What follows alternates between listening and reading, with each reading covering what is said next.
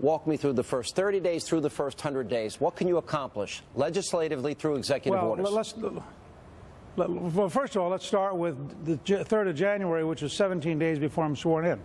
I will ask the Congress to stay in session on the 3rd of January. I will ask them to repeal Obamacare, Dodd-Frank, the big banking bill that's killing small banks, killing small business, driving down the price of housing, and to repeal Sarbanes-Oxley. My request will be to have all 3 repeals ready so that on the day I'm sworn in, I can sign all 3 repeals that day. That's a real start. I will then, on the very first day, have an entire series of executive orders, all of which will be published by the 1st of October, so everybody will know it's coming. Executive order number 1, abolish all of the White House czars as of that moment. An executive order reinstating Ronald Reagan's Mexico City policy, no taxpayer funding for abortion overseas, period, none. An executive order reinstating George W. Bush's conscience clause, no religious group, no doctor, no pharmacist, no nurse, no hospital could be forced to do something against their religion.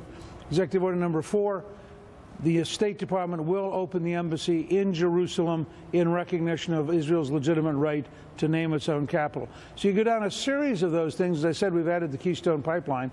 We'll have a whole series of those things. My goal is not the first 30 days, Sean. My goal is at the end of the first day that I'm in office, we will have repealed about 40% of Obama's government and have things rolling towards creating jobs, solving the housing crisis, starting to move towards a balanced budget, starting to implement the 10th Amendment, where Governor Perry has agreed that he will head up a 10th Amendment enforcement project.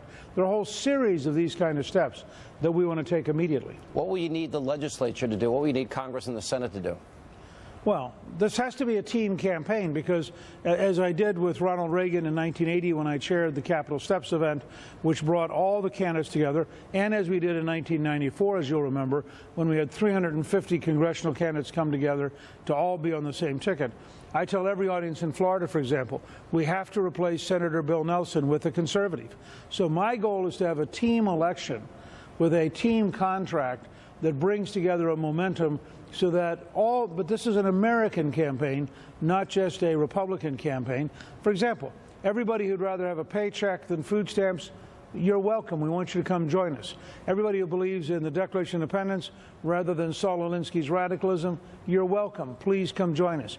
Everybody who wants to have a strong America in a dangerous world rather than weakness and appeasement, you're welcome. Come join us. So we'd like to have a big legislative majority going into January of 2013.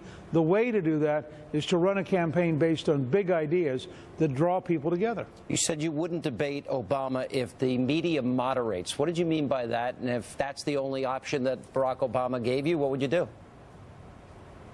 Well, I think that we can convince Barack Obama that he ought to be open to a different style of debate.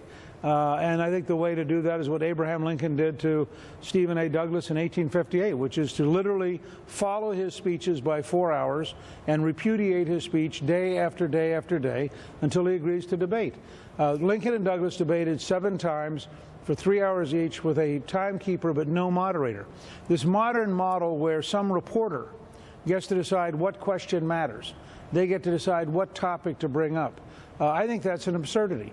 You have 2 people you're asking to choose between to be President of the United States. They're both adults. They ought to be able to organize a genuine, serious debate and actually have a much higher quality conversation than we get out of this kind of game show approach that we use today. All right, it'll be interesting to see if Obama, if you get the nomination, would take you up on that. That would be pretty interesting. I'd bet against it if that goes up in Vegas. Now, we're going to see you.